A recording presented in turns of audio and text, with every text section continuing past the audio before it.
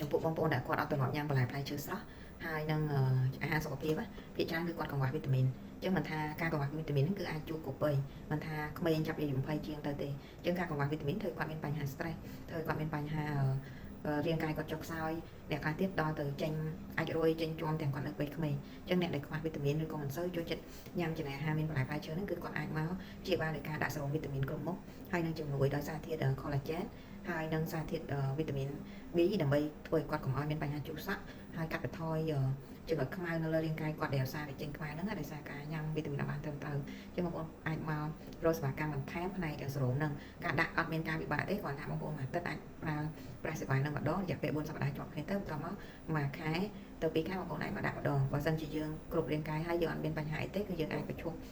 ធម្មកលៈណាគឺតាមដែលអាចធ្វើបានគ្រាន់ថាការដាក់សេរ៉ូមគឺវាងាយស្រួលជាងការញ៉ាំព្រោះញ៉ាំពេលខ្លះយើងញ៉ាំទៅការបឺតស្រួលអត់សូវបានល្អហើយក៏អត់បានគ្រប់មុខតាមដែលយើងតម្រូវការដែរអញ្ចឹងបងប្អូនអាចមកប្រើប្រាស់ក្នុងការ